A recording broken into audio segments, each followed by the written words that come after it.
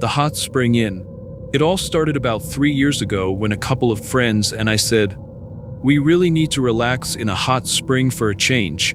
I'd prefer a quieter, more rustic place rather than a touristy spot." Yeah, places in guidebooks are usually crowded. After going back and forth with our preferences, we finally decided on a certain hot spring inn in southern Hokkaido. The morning of our departure was clear and sunny. Everyone gathered with their respective luggage. The hot spring was about a 4-hour drive. We made a couple of stops at convenience stores and gas stations, enjoying the pleasant drive.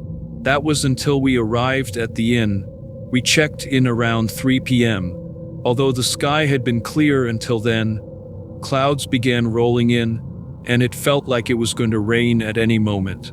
With no other choice, we decided to follow everyone's suggestion and went to our room to rest. However, as soon as we opened the door, we all felt a chill run through us. Felt like the temperature dropped suddenly. I thought to myself, if I were alone, I'd ask to switch rooms, but I don't want to scare everyone. So I kept quiet. While we were sitting at the table drinking tea and chatting, I felt an eerie gaze coming from behind me. The other two were saying, "It's hot," while I was freezing and couldn't take it anymore.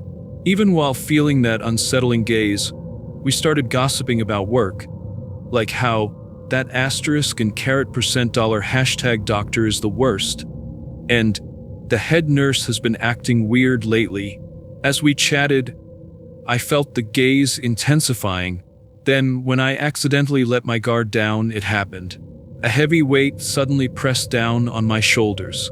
According to my sister, there are various types of spirits. Some just want to be acknowledged because they feel lonely. Some don't even realize they're dead and behave just like they did in life. Those are considered the better spirits. The more troublesome ones are those who think, "If I'm suffering, then you should suffer too." My sister felt the weight on her shoulders belonged to the latter type. "Oh no, this is bad." She quickly sprinkled some coarse salt she always keeps on her shoulders. They say it's better to be prepared than to be sorry. The two friends knew that my sister could see spirits, so they caught on when she took out the salt. Friend A asked, "Is something coming?" She replied, "Yeah, it's been behind me. It's grabbing my shoulders now." Friend B asked, "Is it a dangerous one?" She said, "Yeah, it's pretty dangerous." Friend A and B exchanged worried glances, asking, "What should we do? Should we ask to change rooms?" She answered, "Even if we change rooms, I think it will still follow me."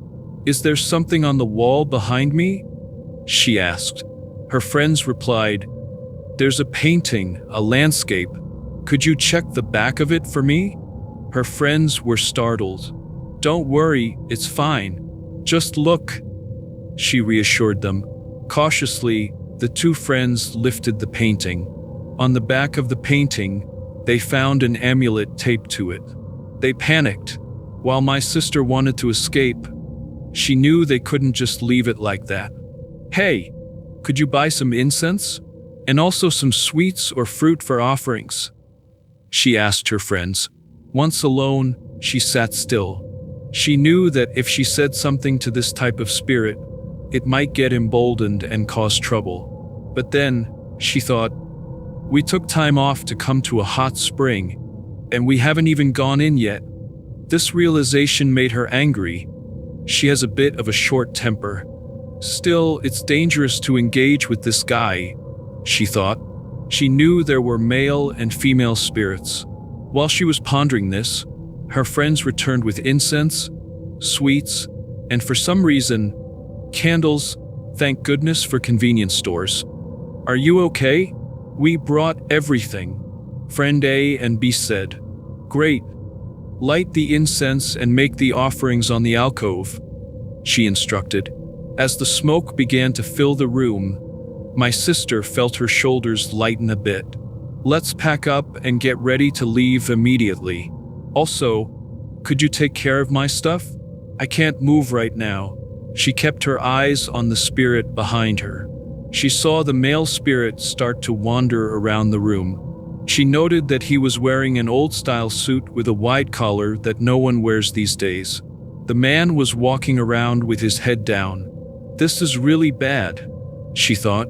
He was a spirit that pulled on people. Pulling means wanting to envelop the living person, making them suffer just like he did.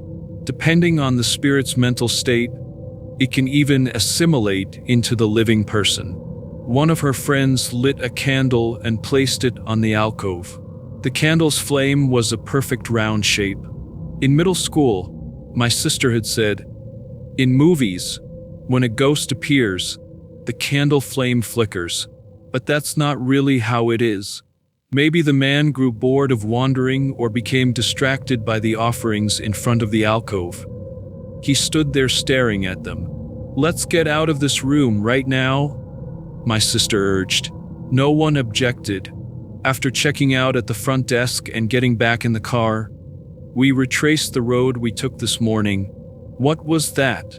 "I'm not sure, but that room seems to be a gathering place. But it was really dangerous," my sister replied. Everyone spent the remainder of their vacation at home. The end.